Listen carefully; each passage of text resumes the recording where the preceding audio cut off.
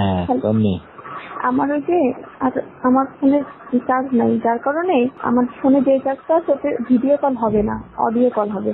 Audio হবে। ভিডিওটা আর আসবে না। তুমি শুধু আমার বেশি প্রশংসা করছো, তোমার করার সুযোগ দাওনি। তুমি অনেক সুন্দর, তোমার এই ফিগার অনেক সুন্দর। ফিগার নিয়েই পড়ে থাকলে আর কিছু আর বলবে না। হ্যাঁ না, ফিগার অনেক সুন্দর, চেহারা অনেক সুন্দর, এত বড় টল ফিগার।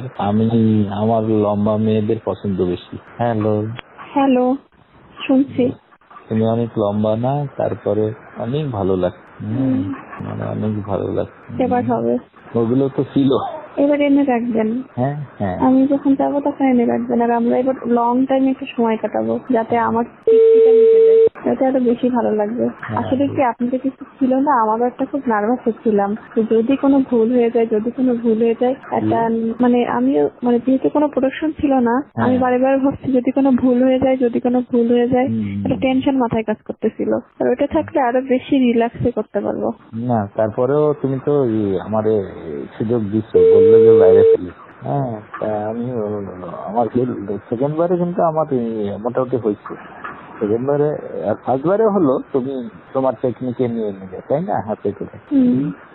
আর সেকেন্ড বারে হয়েছে ওইটা বিছানায় ফেলছি।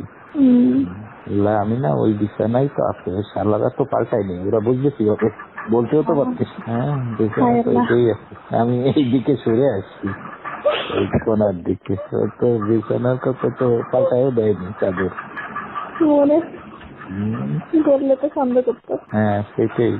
দেখি কালকে একটা বুদ্ধি করবানি, আগে থেকে ফেলে রাখবানি, বলবানি যে চাদর পাল্টায় দাও না কেন, চাদর ডেলি পাল্টাবো, এই বলে দিল। আমার না এখন এটা আমি সেটা বুঝতে পারছি, আপনি আসলে সত্যি অনেক সেক্সি। আমার মানে ধারণার বাইরে, মানে ধারণা ছিল না আপনি এতটা হট আর কি। আপনি তো জানেন একটা মেয়ে হিসেবে আমি খুব প্লিজড। হ্যাঁ না, আমি শুনছি, শুনে আমার ভালো লাগছে। আমি খুব সন্তুষ্ট, আমার যতটা চাওয়া ছিল তার থেকে বেশি পাইছি। না ভালো, আমারও টেনশন কিছুটা কাজ করতেছিল যে আমার অনেক বয়স হচ্ছে, তুমি ইয়াং পারবে কিনা। আমার এই যন্ত্রটার সাইজও কিন্তু ভালো না।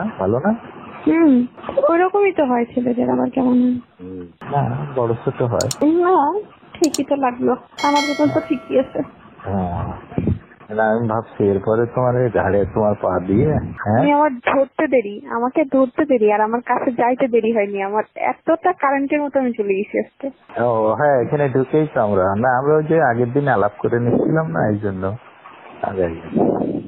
ঠিক আছে, আমাদের বয়সের ব্যবধান আছে, কিন্তু জুটি ভালো। আমার তো মনে হলো না যে কোনো ব্যবধান আছে, হ্যাঁ কোনো ব্যবধান বলে মনে হলো না। আপনি যে সেক্সি, অনেক।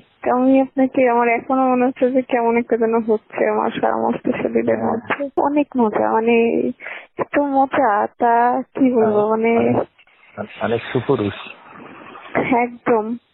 যা ছিল তার থেকে আমার বেশি ধারণা হইতো।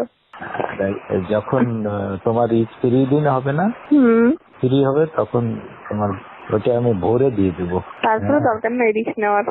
না, ফ্রি দিনে ভোরে ফেলবো একেবারে। আমার আসলে কখন কোন সময় হচ্ছে তো, মানে আমার ডেট অনুযায়ী হচ্ছে না, এই জন্য একটু সমস্যা ঝামেলা লেগে গেছে। ঠিক আছে, জীবনের ঝুঁকি যেখানে ওখানে আমি ওগুলো নিয়ে আনাই রাখবো। আর যেই কয়দিন অন্তত থাকছেন সেই কয়দিন আমি বেশি যাবো। আচ্ছা, আমাদের নাই হস করে থাকলো না এটা, কিন্তু আমাদেরকে একটা কথাবার্তা হবে না? হ্যাঁ হবে। কেমন আছি, কি করছি, খাইছি কিনা, এমন তো কথা বলতেই পারি, তাই না?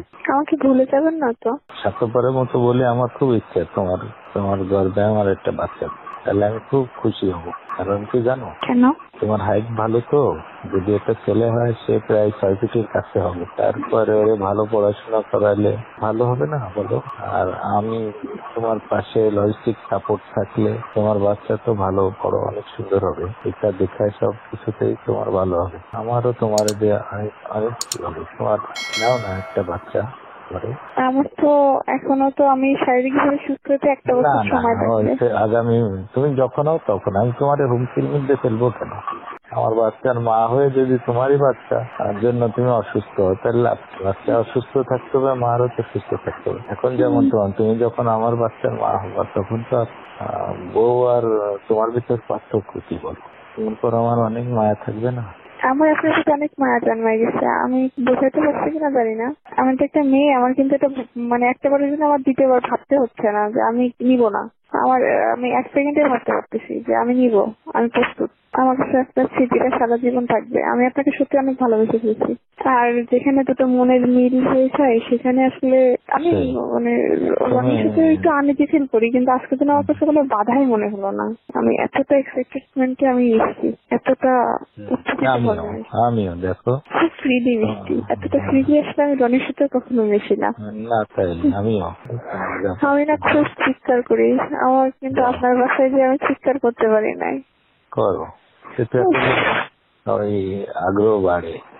তুমি চিৎকার করলে আমার আগ্রহ বাড়বে, আমার আরো বেশি করতে পারিনি। আমার খুব মানে মনে হচ্ছে আমাকে যেন খাঁচায় বন্দি করে রাখছে। আমি যেন আমি 100% দিলে আপনি আরো আমার হয়তো আমি 50% দিতে পারছি। ওকে, ঘুমাও, সকালে কালকে কথা হবে। Thank you. ওকে, আল্লাহ হাফেজ।